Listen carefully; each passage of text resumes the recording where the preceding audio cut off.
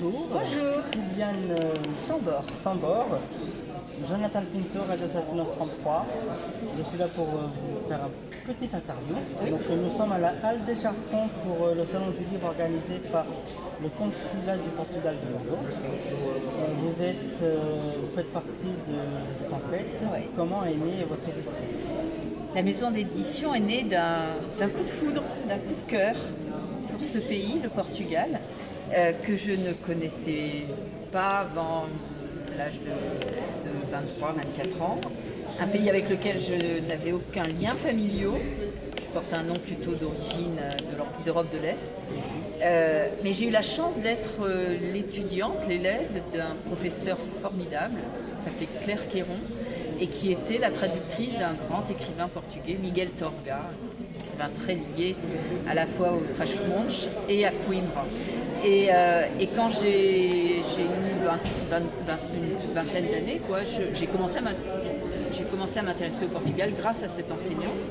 Et puis je suis allée pour la première fois au Portugal en 1987 rencontrer des libraires à Porto, à Coimbra, à Lisbonne. Et puis en rencontrant ces libraires, j'ai aussi commencé à découvrir des écrivains portugais, Sofia Melo Breiner, très grande poétesse portugaise, les romans d'Antonio Lobo Antunes, ou d'Agostina Bessa Luís, enfin de très nombreux autres écrivains. Et voilà, et j'ai commencé à avoir envie, j'avais pas 25 ans, j'ai eu envie de partager avec d'autres en France mes découvertes, mes enthousiasmes. Alors j'ai créé un festival de littérature ici à Bordeaux qui s'est appelé au fil des ans le Carrefour des littératures et qui dès 1988, pour prendre un exemple, c'était la première édition, a réuni à Bordeaux José Saramago, Agostina Bessa Luís, José Cardoso Pirch, Antonio Lobo Antunes, Sofia Melo Breiner et beaucoup d'autres écrivains. C'était presque la première fois en France qu'on réunissait ces écrivains qui n'étaient pratiquement pas connus. On n'imaginait pas alors que José Saramago allait recevoir le prix Nobel de littérature 10 ans plus tard. Et donc, continuant à aller souvent au Portugal, je me suis aussi particulièrement attachée à la ville de Porto. Une magnifique ville de Porto. Et je sentais bien qu'il me manquait des codes, des renseignements sur sa culture, sur son histoire. J'ai cherché en France, dans l'édition française de l'époque, un livre sur Porto. Il n'y avait rien à l'époque. Maintenant, il y a plein de livres sur Porto. C'est à la mode même d'aller à Porto. Mais à l'époque, il y a 30 ans, en dehors de quelques pages dans des guides touristiques, il n'y avait rien. Et un soir à Porto, alors ça devait être fin 1989 ou début 90, je ne sais plus, autour d'un verre, dans un bar, avec des amis, journalistes et des gens liés aussi au monde culturel à Porto, j'ai dit écoutez, puisque je ne trouve pas le livre que je cherche, je vais le faire, je vais l'organiser. Et c'est comme ça est né Saveur de Porto, avec des textes de Genio de Andrade, d'Agostina Bessa Luís, de Mario Claudio, de Vasco Graça Moura. Je leur ai demandé des textes, je connaissais déjà ces écrivains. Et puis j'ai travaillé avec un journaliste, un photographe, et on a organisé toute une partie guide culturelle pour parler de cette autre capitale du Portugal, qui est cette capitale du Nord. Et comme le livre était organisé, mais il n'y avait pas de maison d'édition, donc avec mon compagnon de vie, l'homme qui a partagé ma vie pendant 35 ans, on a décidé de créer l'Escampette. Et donc l'Escampette est née pour publier ce livre, Saveur de Porto, en 1991. C'est la première naissance de l'Escampette. En 1992, il y a eu un deuxième livre qui était une commande ici à Bordeaux. C'était le 400e anniversaire de la mort de Montaigne et on m'a demandé si je pourrais demander à un écrivain portugais d'écrire sur Montaigne. Et j'ai demandé à Eduardo Lourenço, dont j'avais fait la connaissance 2 ans, à peu près 2-3 ans avant, et dont j'étais devenue l'amie. Et donc j'ai demandé à Eduardo Lourenço un texte sur Montaigne, voilà. Et Eduardo Lourenço, qui est décédé il y a 1 an et demi, maintenant un peu plus d'1 an et demi, à Lisbonne, en décembre 2020. Et j'ai été très amie avec Eduardo. Et Eduardo m'a fait un immense cadeau Et il a fait un immense cadeau à l'Escampette qui venait de naître en écrivant un texte magnifique, consacré à Montaigne, un texte lumineux, écrit en français, oui ça c'est chez lui Avance, et on lira, il y aura des lectures de ce texte d'ailleurs dans le cadre de ce salon du livre cet après-midi.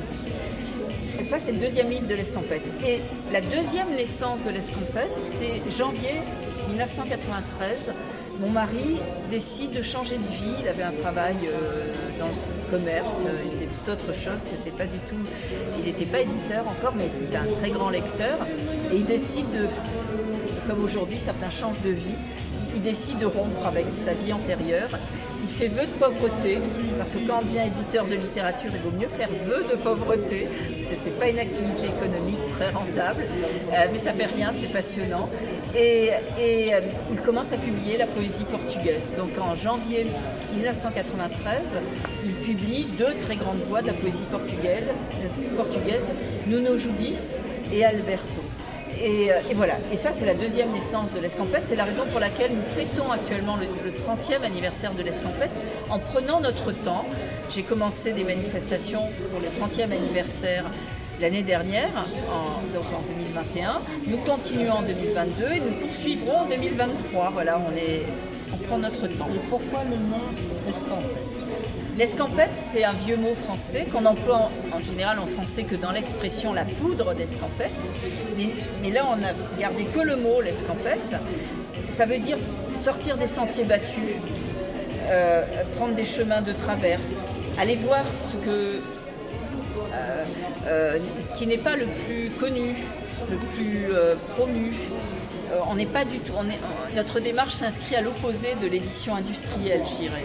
Vous avez décidé de promouvoir en France la littérature portugaise et de surcroît la poésie portugaise, où l'œuvre immense d'Eduardo Lourenço, c'est pas franchement le plus facile. Ce ne sont pas des livres qu'on peut mettre en pile, en tête de gondole dans un supermarché, vont pas se... Voilà. Donc c'est un travail de passion, dans la durée. Moi je continue à défendre des livres qu'on a parfois publiés il y a 25 ans, parce que je considère que c'est toujours de très grands livres. Donc voilà, l'Escampette va bien, cette idée de l'Escampette, et désormais le logo aussi de notre maison d'édition, qui est un lièvre vagabond, qui se promène avec un bâton, voilà, et tranquillement, à son rythme. Voilà, ça dit bien ce qu'on veut faire. On est à contre-courant de l'édition qui domine le marché du livre aujourd'hui.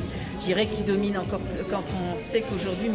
Bolloré rachète le groupe Hachette et que ça va être un énorme groupe éditorial entre les mains de Vincent Bolloré. Vous pouvez imaginer que l'Escampette est à des années-lumière de ce qui est en train de se passer dans ce mouvement de concentration capitalistique à l'échelle de l'ensemble du pays. Voilà. Donc ce nom on y tient parce que c'est comme on le porte en flambeau en quelque sorte. Et une grande partie du catalogue, pas la totalité bien évidemment, parce qu'on a aussi beaucoup de poètes italiens, belges, du pourtour méditerranéen, traduit de l'arabe, de l'hébreu, espagnol, suisse, bulgare, et puis d'autres nationalités inscrits au catalogue. Voilà. Je vous remercie pour cette interview. Merci à vous. Et surtout, j'invite à la lecture des poètes portugais, depuis Camões, bien sûr, les poètes du XVIe siècle, Bernardino Ribeiro, jusqu'aux grandes voix de la poésie contemporaine, Nuno Judice par exemple. Voilà, c'est que du bonheur. Merci à vous.